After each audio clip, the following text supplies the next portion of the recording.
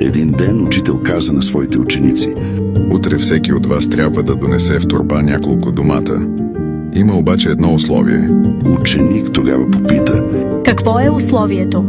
Учителят отговори: Всеки домат ще представлява човек, към когото изпитвате омраза.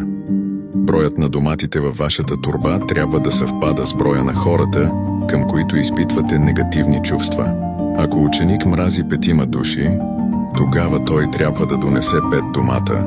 На другия ден учениците донесоха доматите, както беше поискано, и ги показаха на учителя. Някои ученици имаха 2, някои имаха 5, а някои дори имаха 20 домата в торбата си.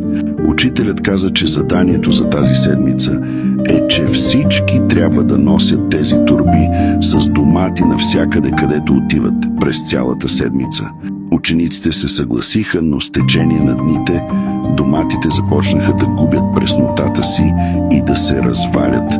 И заради това доматите започнаха да миришат ужасно. След седмица преподавателят попита учениците: Как се чувствахте през седмицата?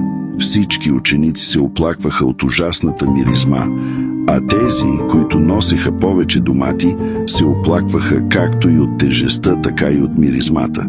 Тогава той им обясни: Тази омраза ви тежи и е отрова за душата, подобно на развалящите се домати. Ако трудно понасяте миризмата от развалените домати само за седмица, представете си какво прави дълготрайната омраза със сърцето ви. Омразата тежи на сърцето и е важно да се научиш да освобождаваш себе си от нея, за да можеш да живееш по-пълноценно. За да знам, че си изгледал видеото до тук, напиши 100 в коментарите.